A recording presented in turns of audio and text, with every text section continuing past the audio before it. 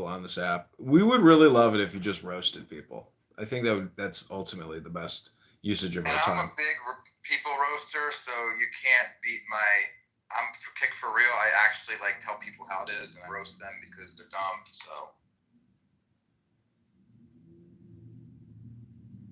So we're just having a casual conversation. We don't have anything nation. You are our last featured and joyful speaker. I love what you have to say. You know, I hope you kick more ass. I hope you get into office, and I hope you deliver liberty for your voters. And I'm glad you brought up Marshall Rankin. I cannot stand that guy. He's the fakest Republican that we have on this app. The people in my party, they don't believe it.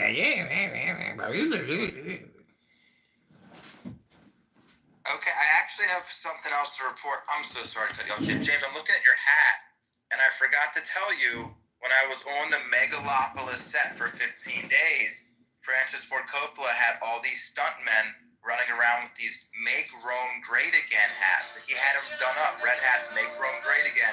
And the guys were like, Make Rome Great Again, Make Rome Great Again. Now they cut that from the actual movie.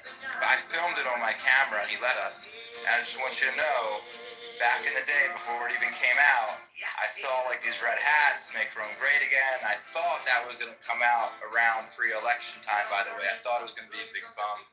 Anyways, we were talking about Megalopolis earlier, James, and I left out the red hats, and it was a big part of when I talk about what little fun things I had to say about my experience in the movie. Other than Coppola was great, Shia LaBeouf was great, Adam Driver was great, Natalie Emmanuel was great, Dustin Hoffman was great, John Voight was great, and that new guy, John Pierre, is always this great. And Aubrey Plaza, I have a close up with it. Sorry, I'm done. Oh yeah, I was going to say that definitely this group has definitely. If my videos get 5 likes, that means I made 5 votes happy. That's all the motivation I need to keep on sharing my nonsense. What you know, I'm doing that to include the idea of Rome in people's minds.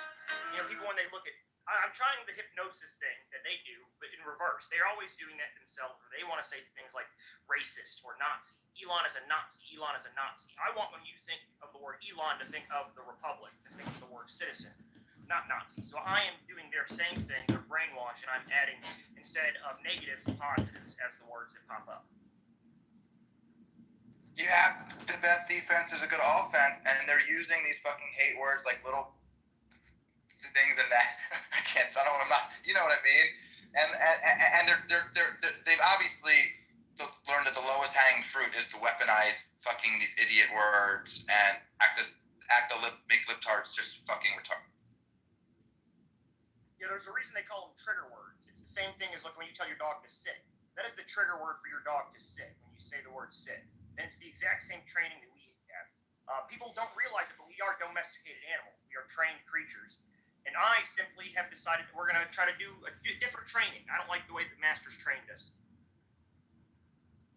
Well, you're sitting next to the right guy. I'm right there with you. I've removed myself from the rat race, and yeah, fuck yeah. Yeah, if I do get elected, hopefully I will. I think I probably will. My emphasis will be on the Republic. It's gonna sound very weird how I will be invoking this ancient type of ideology and speech, but I will be doing it.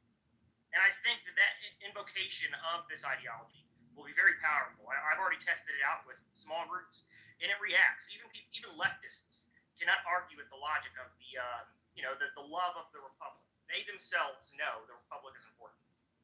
The timing is now, and you have the confidence, and the timing is everything, and you have it, and congratulations, and you have the confidence to step through it and the courage to do it. Well, the way I think about it is everybody's always been waiting for Messiah this, Messiah that. I'm not sure exactly. I'm not a religious person. I mean, I am, but Messiahs aside, I'm not sure that those things are real. What I do know is that waiting for somebody to save you is the dumbest thing you can do. Forget waiting. I'm not going to wait. I have to save myself, and that's why I'm doing it, is to save me. The rest of everybody else just gets saved alongside.